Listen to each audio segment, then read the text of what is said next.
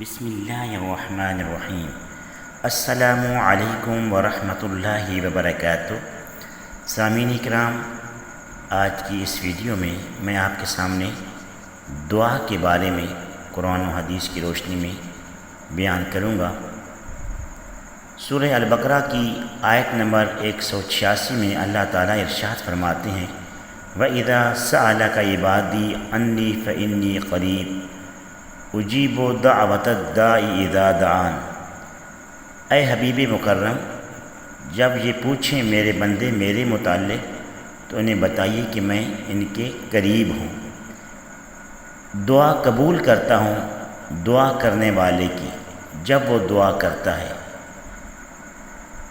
تو جب بھی اللہ تعالیٰ کی بارگاہ میں انسان اپنی جھولی پھیلاتا ہے، عاجزی و انکساری کا اظہار کر کے اللہ تعالیٰ کی بارگاہ میں مانگتا ہے تو اللہ تعالیٰ اسے محروم نہیں کرتا، بشرطے کہ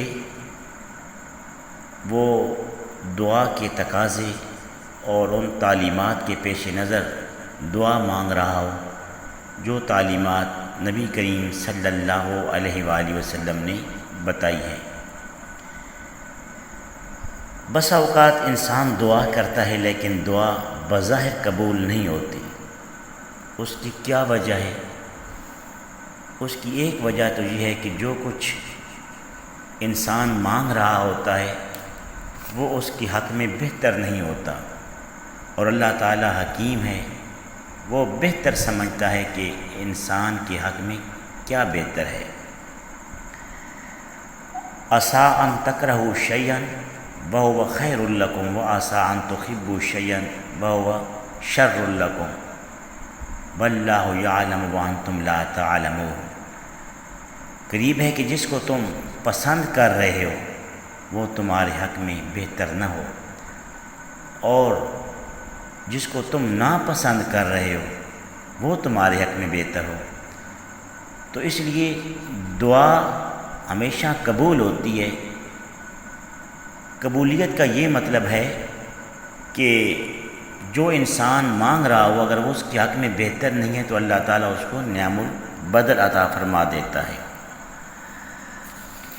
اور بسا اوقات یہ ہوتا ہے کہ وہ دعا بظاہر قبول نہیں ہوتی لیکن آخرت میں اس کے اعمال کا ذخیرہ بن جاتی ہے۔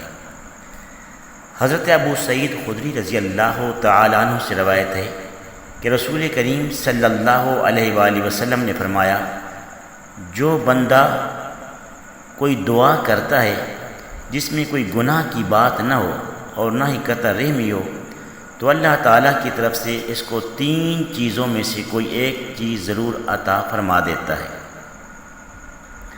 یا تو جو اس نے مانگا ہے وہ اس کو مل جاتا ہے، یا اس کی دعا کو آخرت میں اس کا ذخیرہ بنا لیا جاتا ہے، یا آنے والی کوئی مصیبت اور تکلیف اس دعا کی وجہ سے روک دی جاتی ہے۔ صحابہ کرام نے عرض کی، جب بات یہ ہے تو اس کا مطلب ہے کہ ہر دعا قبول ہوتی ہے، یعنی کچھ نہ کچھ اسے ضرور ملتا ہے۔ ہم زیادہ دعائیں کریں گے۔ نبی کریم صلی اللہ علیہ وآلہ وسلم نے فرمایا کہ اللہ کے پاس اس سے بھی اور زیادہ ہے۔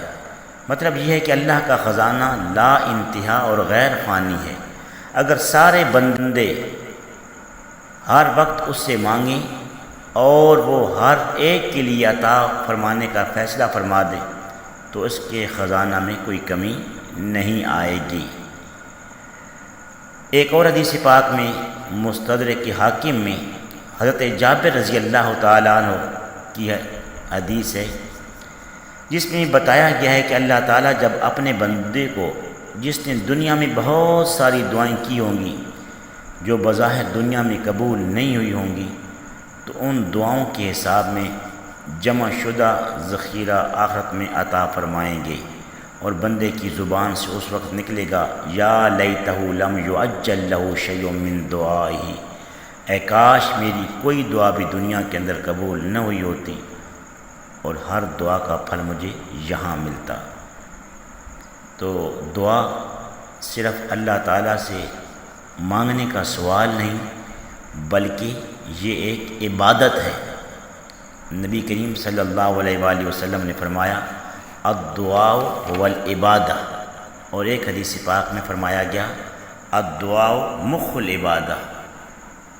تو ہم وقت پریشانی ہو، مصیبت ہو، بیماری ہو، کوئی بھی مسئلہ ہو، اللہ تعالیٰ کی بارگاہ میں عاجزی اور انکساری کا اظہار کرتے ہوئے دعا مانگنی چاہیے اور اللہ تعالیٰ کی رحمت کا سوال کرنا چاہیے۔ بسا اوقات دعا اس وجہ سے بھی قبول نہیں ہوتی کہ دعا کی شرائط پوری نہیں ہو رہی ہوتی۔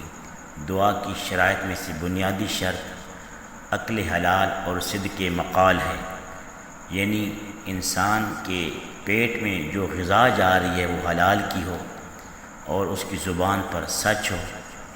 ایک حدیث پاک میں آیا ہے کہ مسافر کی دعا قبول ہوتی ہے، اور ایک دوسری روایت میں مسافر کے بارے میں یہ بیان کیا گیا ہے کہ اس کی دعا قبول نہیں ہوتی، اور اس کی آگے وجہ بیان کی گئی ہے کہ مطعمہ حرام ومشربہ حرام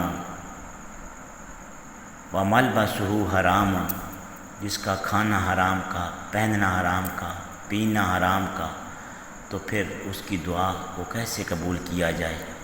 اللہ تعالیٰ کی بارگاہ میں دعا ہے اللہ تعالیٰ ہمیں سیدھے راستے پر چلنے کی توفیق